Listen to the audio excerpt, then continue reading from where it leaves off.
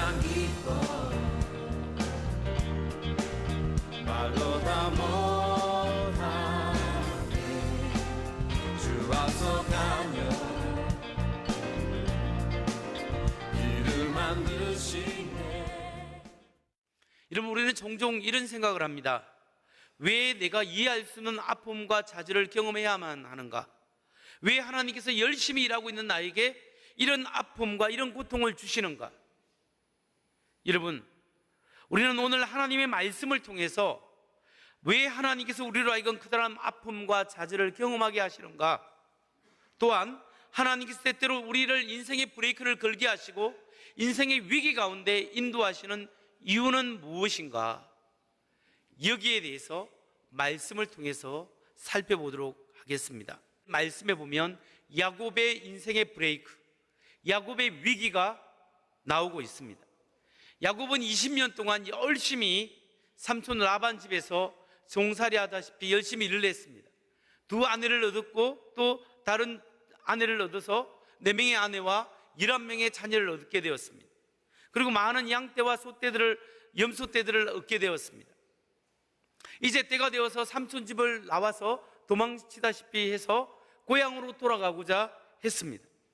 고향으로 돌아가는 길에 생각해보니 20년 전에 지었던 제가 생각나서 형 에서에게 사람을 보내서 내가 형에게 돌아갑니다 라고 연락을 했습니다. 그러면 형이 아주 정중히 반갑게 맞아줄 줄 알았는데 400명의 사람을 데리고 야곱을 맞이하러 달려오고 있습니다.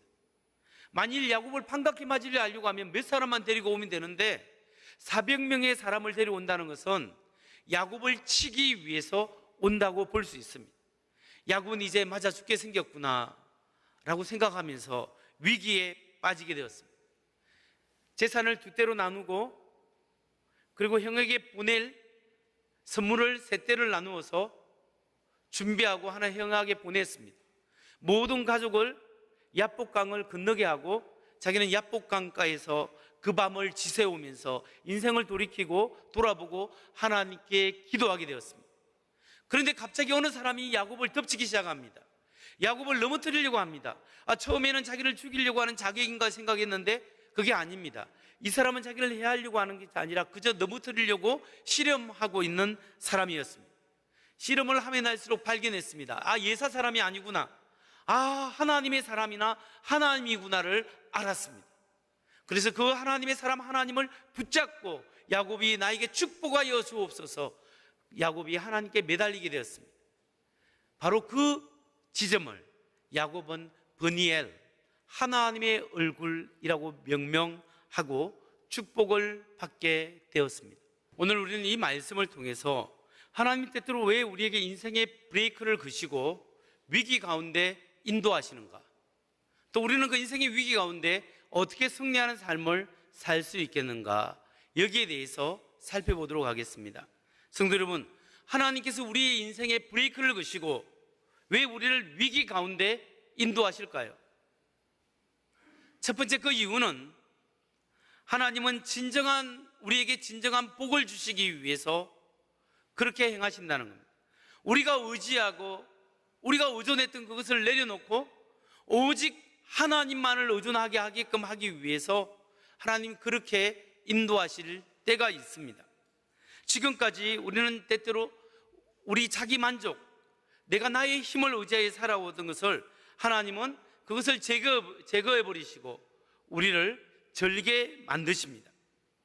하나님께서는 우리를 축복하기 위해서 그렇게 하십니다.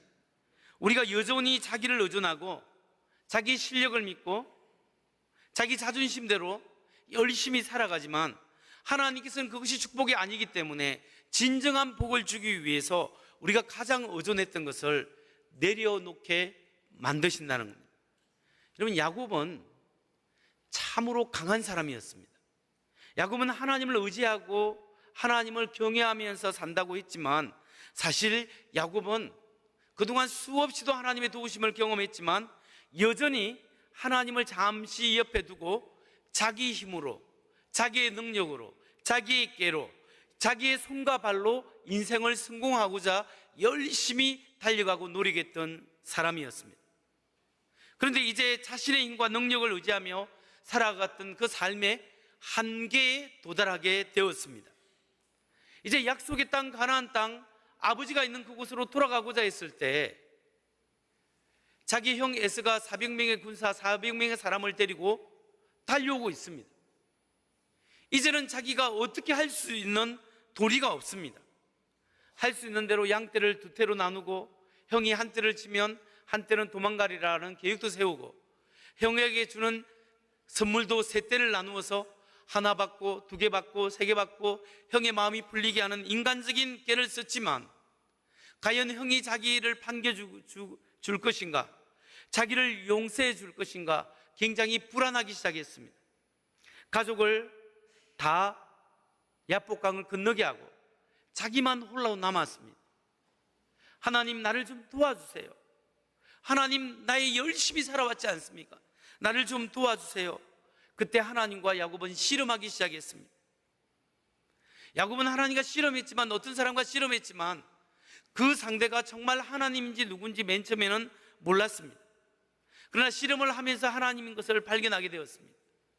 그래서 하나님을 붙잡았습니다. 하나님의 사람이 야곱의 엉치뼈를 쳤습니다. 뼈가 어긋나게 만들었습니다. 야곱은 그 전원 가운데서도 하나님의 사람에게 축복을 간구했습니다. 여러분, 여기서 중요한 사실은 야곱이 지금 하나님과 하나님의 사람과 씨름하는 이 장면은 야곱이 태어나서 그가 살아오면서 하나님과 씨름했던 그 모든 장면을 서머리하고 종합 정리하는 과정으로 볼 수 있습니다. 하나님께서는 야곱이 태어났을 때부터 야곱을 선택하고 하나님의 사람으로 기르려고 했습니다. 야곱은 그 말씀대로 하나님의 사람으로 살아가는 듯 했습니다. 그러나 야곱의 진심으로 하나님 앞에 온전히 들어오지는 않았습니다. 결정적인 때마다 자기께로, 자기 생각으로 하나님의 복을 받고자 했습니다. 야곱은 하나님을 좀 피해 다녔습니다. 이 야곱은 60평생 살았습니다.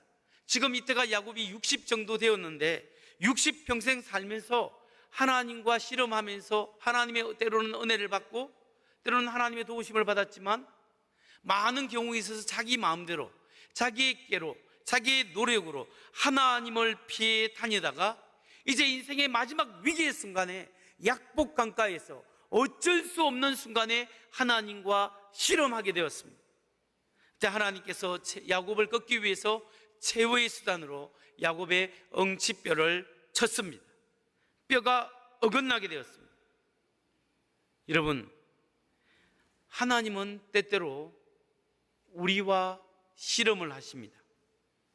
우리는 미련하게도 하나님만을 전적으로 신뢰하지 못한 채 매사에 자꾸 나의 힘, 나의 능력을 의지하면서 살아갈 때가 있습니다. 하나님을 의지하는 것 같지만 사실은 내 계획을 세우고 내 인생의 플랜을 내가 세우고 열심히 내가 노력하고 나의 지혜와 나의 인맥과 나의 능력을 통해서 성취하는 것들이 있습니다. 성취하면 할수록 우리 그 성취에 도취되고 그것이 나의 실력으로만 되는 줄 알고 우리는 점점 내 자신이 교만해지고 그러다가 어떤 때는 하나님을 제쳐둘 뿐만 아니라 아예 하나님을 쳐다보지도 않고 내가 주인 되어 살아가는 삶을 살려고 합니다. 어쩌면 영영 하나님을 떠날 가능성도 있죠. 바로 그때 하나님께서 찾아오셔서 우리의 위기의 순간에 우리를 붙드시고 실험하신다는 사실입니다. 인생의 브레이크를 거십니다. 엉치뼈를 치십니다. 내가 그토록 의지했던 나의 자존심, 나의 지혜, 나의 능력, 그것을 치워버리고 절망하게 하고 절뚝거리게 만듭니다. 우리는 인생의 위기 속에 빠져들 때가 있습니다. 왜 하나님께서 그렇게 허락하시겠습니까? 어떤 사람은 하나님 앞에 죄를 지었기 때문에 돌이키게 하기 위해서 그럴 수도 있고, 어떤 사람은 신실하게 살아감에도 불구하고 인생의 위기 속에 빠질 때가 있습니다. 왜 하나님께 그걸 허락하실까요? 왜냐하면 하나님이 나의 모든 것에 모든 것 되게끔 하기 위해서입니다. 하나님 앞에 야곱처럼 도망다닌 사람은 온전히 하나님 앞에 돌아오게끔 하기 위해서 역사하시고, 하나님 앞에 헌신한 사람이 더 하나님 앞에 헌신해서 순수한 하나님의 사람으로 사용하기 위해서 하나님께서 네가 의지했던 그것을 내려놓으라고 우리에게 인생의 위기로 몰아낼 때가 있다라는 겁니다. 그렇기 때문에 여러분이 지금까지 하나님 앞에 살아오면서 내가 무엇을 의지해야 하는가를 생각해 보십시오. 하나님 앞에 그것을 내려놓으시기 바랍니다. 여러분의 미래도 내려놓으십시오. 여러분의 자녀의 문제도 내려놓으시기 바랍니다. 나의 사업체도, 나의 직장도, 내 걱정과 근심도, 모든 것도 하나님 앞에 내려놓아야 합니다. 그리고 내가 붙잡았던 것을 내려놓고 하나님 앞에 항복하시기 바랍니다. 하나님, 이제는 도망다니지 않겠습니다. 하나님, 이제는 하나님 믿으면서 하나님을 옆에 세워놓지 않겠습니다. 하나님이 가장 중요한 분입니다. 내가 붙잡던 것 내려놓고 다시 한번 주님을 붙잡기를 원합니다. 이 믿음의 고백이 여러분에게 있기를 주의 이름으로 축원합니다. 여러분, 이렇게 하나님께 항복한 사람은 어떤 영적 경험을 할 수 있는지 아십니까? 두 번째로, 오늘 본문이 주는 교훈은 하나님께 완전히 항복한 사람만이 진정한 승리에 대한 기대감을 가질 수 있다는 겁니다. 하나님 앞에 온전히 항복한 사람만, 그 사람을 위해서 하나님께서 대신 싸우신다는 사실을 오늘 본문이 우리에게 말씀해 주고 있습니다. 오늘 본문에서는 하나님께서 야곱의 환도뼈를 치신 후에 야곱의 이름을 바꾸어 주십니다. 야곱, 속이는 자였습니다. 그런데 이스라엘로 바꾸어 주었습니다. 이스라엘 무슨 뜻입니까? 하나님과 겨루어 이긴 자, 하나님과 겨루어 이기다라는 뜻이 이스라엘입니다. 그런데 이스라엘을 히브리어로 문자적 의미가 뭐냐면 God fights, 하나님이 싸우신다, 이 뜻이에요. 문자적 의미는 하나님이 싸우신다, 이런 뜻입니다. 그래서 이스라엘의 표면적인 뜻은 첫째, 하나님과 겨루어 이기다라는 뜻이 있죠. 그래서 창세기 32장 28절에 보면 내가 하나님과 및 사람들과 겨루어 이기었음이니라, 이렇게 이야기합니다. 야곱이 씨름하고 하나님과 겨루어 이겼습니다. 그럼 여러분 어떻게 이겼을까요? 야곱이 힘이 세서 하나님을 넘어뜨렸겠습니까? 어떻게 야곱이 이겼을까요? 그 방법에 대해서 호세아서 12장 4절은 이렇게 이야기합니다. 하나님께 힘을 겨루되 천사와 힘을 겨루어 이기고 울며 그에게 강구하였으며, 하나님과 힘을 겨루되 천사와 힘을 겨루어 이기고 울며 그에게 강구했다. 야곱이 이긴 방법이 뭐냐면 하나님께 울며 부르짖고, 그래서 하나님께 이긴 거예요. 그러니까 이김의 방법은 하나님 앞에 항복한 거예요. 하나님, 내가 60평생 내 마음대로 내 뜻대로 내가 열심히 하나님의 뜻대로 산다 했지만 결국 내 손으로 수고와 내 깨와 내 지혜로 살아왔습니다. 내 부지런함으로 살아왔습니다. 이제 하나님, 이것이 안 된다는 걸 알았습니다. 하나님 앞에 손듭니다. 하나님 도와주세요 하면서 하나님께 항복하고 하나님께 부르짖고 하나님께 간구해서 하나님께 항복과 기도로 승리한 겁니다. 근데 여기에 중요한 메시지가 뭐냐면, 하나님께서 야곱의 이름을 이스라엘로 바꾸신 이유는 하나님께 항복한 사람에게는 하나님께서 God fight, 하나님이 친히 싸우신다는 뜻이에요. 하나님이 야곱을 속이는 자를 이스라엘로 바꾸신 진정한 이유는 하나님께 항복한 사람은 하나님이 그를 위하여 대신 싸우신다, 이게 바로 이스라엘의 뜻입니다는 겁니다. 여러분, 하나님께 항복한 사람은 하나님께서 대신 싸워주시기 때문에 우리에게는 승리의 기대가 있다라는 거예요. 우리가 왜 담대할 수 있냐? 우리가 어떻게 왜 승리의 기대를 가질 수 있냐? 하나님이 대신 싸우시기 때문에 이제 이 문제는 내 문제가 아니라는 거예요. 이제 이 문제는 하나님의 문제입니다. 하나님 앞에 항복하고 하나님 앞에 손들고 하나님께 맡기면 하나님이 싸워주신다는 사실이에요. 이 믿음을 가지시는 여러분 되시기 바랍니다. 이제 그렇다면 하나님께 완전히 항복한 사람에게는 어떤 삶의 특징이 있겠습니까? 하나님께 항복한 사람의 삶의 특징, 그것은 세 번째로 하나님께 완전히 항복한 사람은 담대한 신앙으로 살 수 있습니다. 하나님께 항복한 사람은 나의 승리가 지금까지 낸 줄 알았습니다. 나의 인맥인 줄 알았습니다. 나의 지혜인 줄 알았습니다. 내 백그라운드인 줄 알았습니다. 그러나 하나님 그게 아니었습니다. 나의 가장 승리의 비결은 하나님이셨군요. 하나님께서 붙들어 주셨군요 라는 담대한 믿음을 가졌고 하나님이 대신 싸우신다, 이 믿음을 가지게 되는 거죠. 이 믿음을 가진 사람은 지금 내가 의지해 왔던 것을 다 내려놓고 하나님만 의지하며 살겠습니다, 이 담대한 믿음으로 나아갈 수 있는 거예요. 야곱은 이제 하나님께서 그의 응치뼈를 치심으로 다리를 절게 되었습니다. 여러분, 야곱에게 가장 중요한 재산이 무엇이었겠습니까? 그동안 야곱이 살아가는데 가장 중요한 재산이 무엇이었어요? 몸뚱아리였어요. 야곱이 너무나 부지런하고 강한 사람이고 성실했기 때문에 그의 성실과 지극정성으로 양들을 돌보고 그렇게 열심히 살아서 그 위에 하나님의 은혜가 있었기 때문에 야곱이 하는 것마다 잘 됐지 않습니까? 야곱은 자기 인간적으로 생각할 때 내가 이렇게 열심히 일하고 내 손과 내 발로 열심히 일구었다 생각했을 겁니다. 그런데 하나님께서 야곱이 가지는 가장 중요한 것을 치신 거예요. 몸에 다리가 어긋났습니다. 이제는 이걸 옛날처럼 그렇게 다니지 못하는 거예요. 그리 절름거리는 이 다리를 가지었습니다. 그럼에도 불구하고 자기의 가진 재산을 잃어버렸음에도 불구하고 야곱은 이제 담대한 신앙, 전에는 볼 수 없었던 담대한 신앙을 가지고 된 겁니다.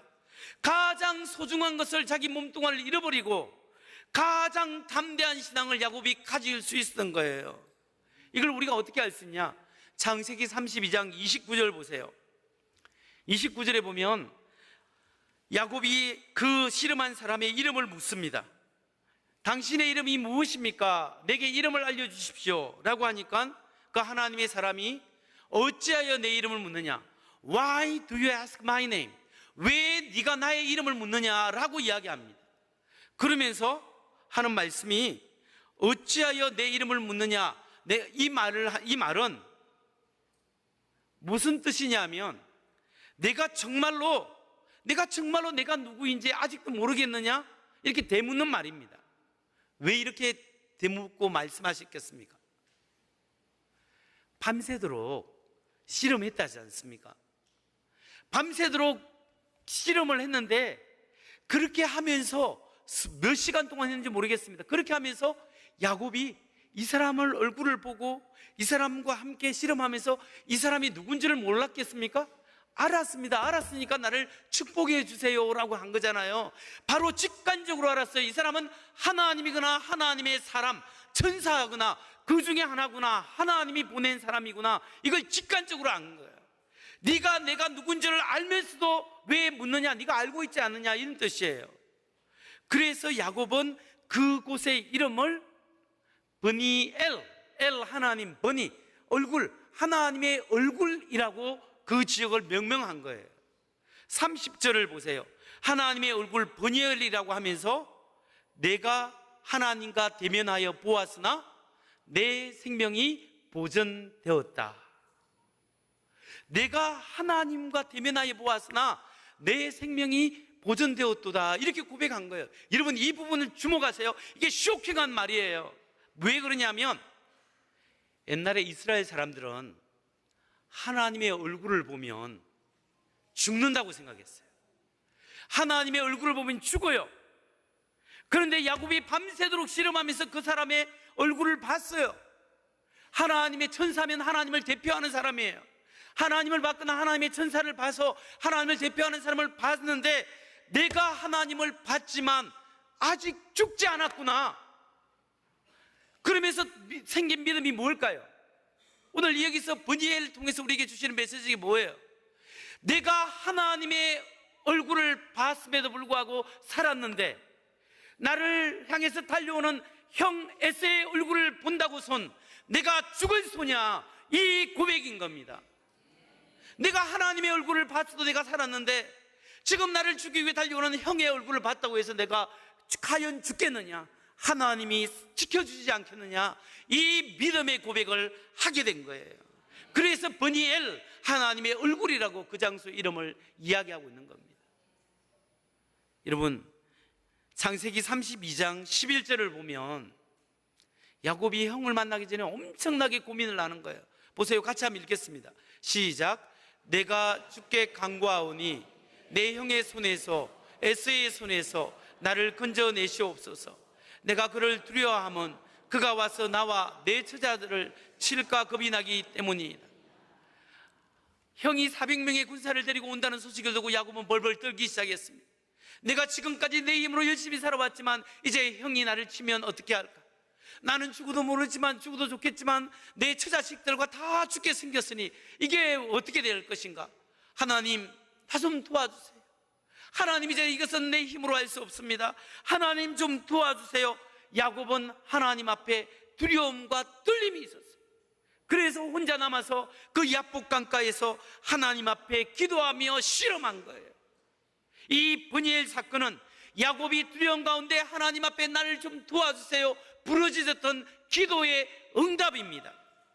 하나님의 얼굴을 봐서도 내가 살았으니 내가 형의 얼굴을 본다고 죽겠느냐, 이 담대한 믿음이 생겼고, 하나님만이 나의 힘이요 나의 승리의 근원이요, 하나님이 나를 도우시면 과연 누가 나를 건드리겠는가, 담대한 믿음이 자기의 몸뚱아리가 깨어졌음에도 불구하고, 이제 힘이 없음에도 불구하고 그 믿음으로 무장되었을 때 그는 승리할 수 있었다라는 거예요.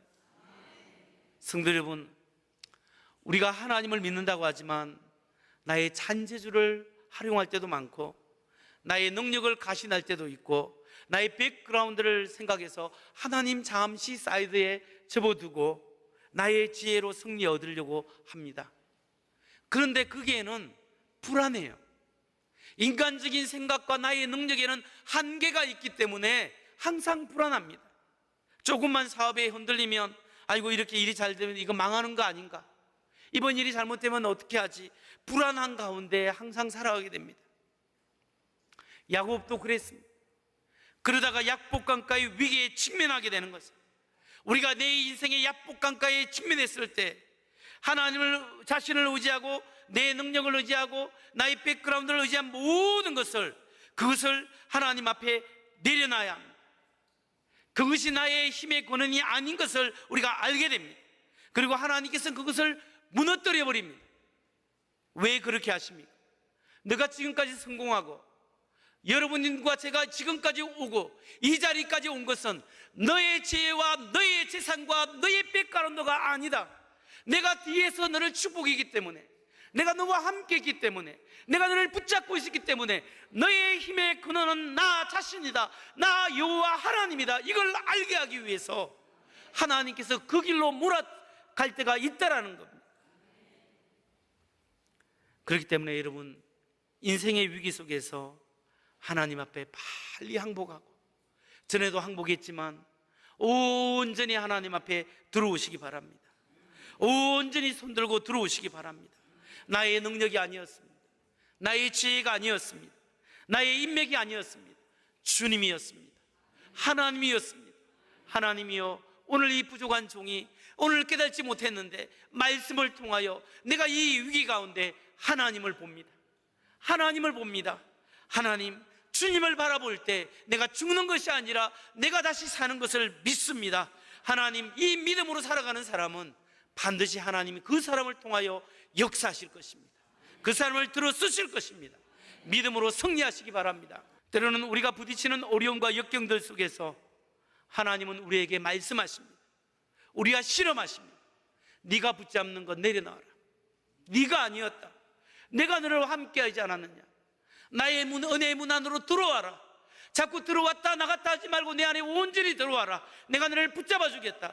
우리가 하나님 앞에 내가 믿는 것을 포기하고 내가 의지했던 것을 내려놓고 하나님이십니다. 하나님이십니다. 하나님께서 도와주옵소서. 하나님 앞에 항복하고 하나님 앞에 내려놓고 하나님 앞에 붙잡을 때 내가 한없이 연약한 것 같아도 내가 연약할 그때가 하나님이 역사하실 가장 좋은 기회인 것을 믿으시기 바랍니다. 내 연약할 때 하나님이 역사하십니다. 하나님 여러분 연약한 고백 속에 하나님께서 붙들어 주실 것입니다.